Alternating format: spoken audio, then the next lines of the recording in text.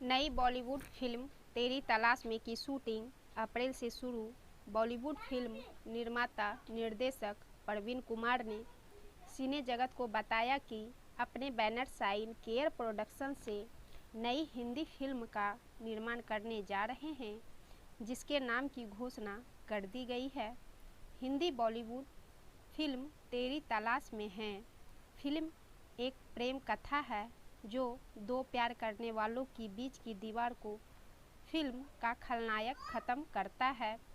Film में देशभक्ति के लिए भी जुनून देखने को मिलेगा। निर्देशक ने बाकी की कहानी को सिनेमा हॉल में देखने को प्रेरित किया। फिल्म की कहानी पूरी तरह तैयार हो चुकी है। हाल में ही प्रवीण कुमार ने कोविड आधारित film 2019 just life 2 steps away 1 मार्च 2024 को सिनेमाघरों में रिलीज की। फिल्म का अच्छा रिस्पॉन्स मिला। फिल्म के कलाकारों का चयन भी हो गया है। प्रोडक्शन मैनेजर हरेंद्र डब्बास पूरा मैनेजमेंट देखेंगे।